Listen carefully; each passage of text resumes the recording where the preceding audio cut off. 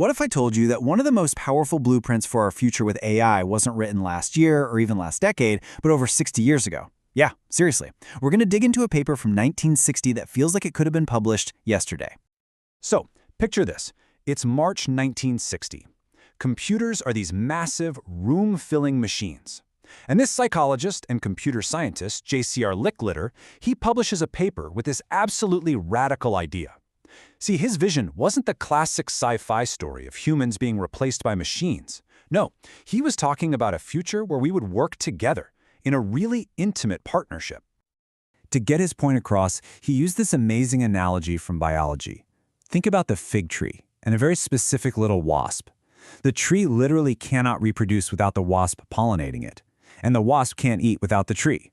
On their own, they kind of struggle, but together they create this incredibly successful, thriving system. That, he said, is what symbiosis looks like. So what did he really mean by this? Let's break down the core of his vision. This right here is the key. It's not about just offloading boring tasks. He called it a tight, cooperative partnership that was specifically for the hard stuff.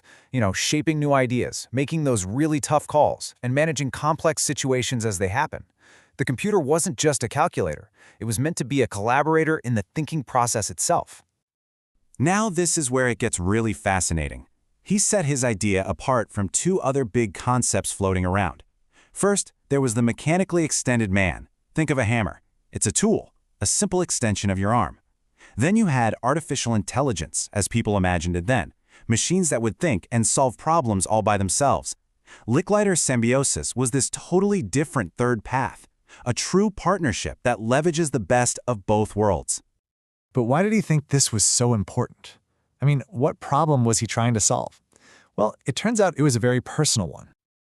Being a scientist, Licklider decided to actually track his own time, his thinking time. And what he found was just stunning.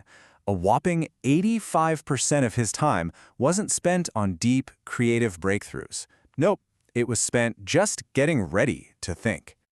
And what was that 85%? It was all the grunt work. Searching for papers, doing the math, plotting the graphs, rearranging data. All the tedious, mechanical stuff you have to do before you can even have that aha moment. He realized a computer could just chew through all that, freeing up the human mind for what it does best. So here was the game plan. It's a clear division of labor. The human is the architect. We set the goals, we come up with the hypotheses, we ask the big questions, and in the end, we make the final judgment call. The machine is the powerhouse. It does all the heavy lifting, running simulations, plotting the data, and turning our ideas into actual models we can test. Each partner sticks to what it's good at. Okay, so that's the 1960 vision. It's incredible, right? But it's still a pretty high-level concept. How do we take that idea and turn it into a real, functional blueprint that we can actually build today? And that's the million-dollar question that connects his world to ours. We've got the vision, we've got the motivation, but we need the mechanics. How does this loop of human and computer working together actually, function? Well, it turns out the answer comes from a completely different field. It's a foundational idea in engineering called a closed-loop control system, and it's the perfect modern language to describe what Licklider was talking about 60 years ago. So let's break this thing down. How does this feedback loop actually work? Okay, it's actually a pretty simple 5-step process that just repeats over and over again. First, you set a goal. Let's say it's your destination in your car's GPS. Step 2, you take an action. You start driving. Step 3, you get feedback. The GPS checks your current location.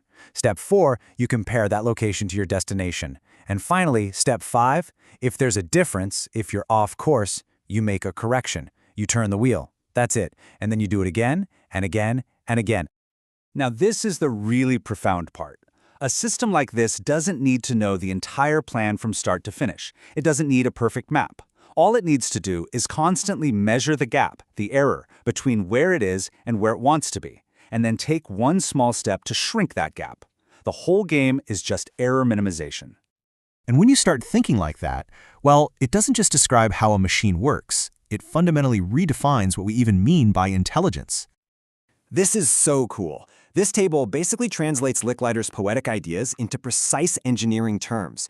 So what he called formulating hypotheses, we can now call defining a goal space.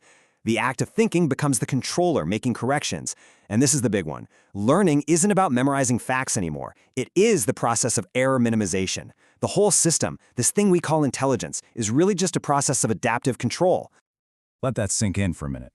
Learning isn't about how much knowledge you can cram into your head. Learning is about how good you are at reducing your errors and getting closer to a goal.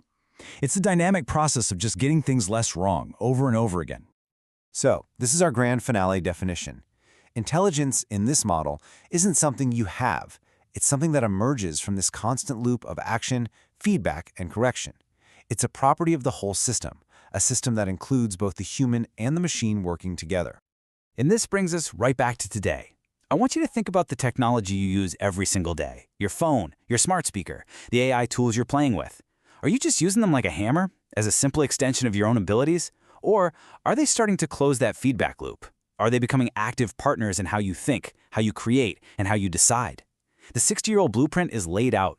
The only question now is, what are we building with it?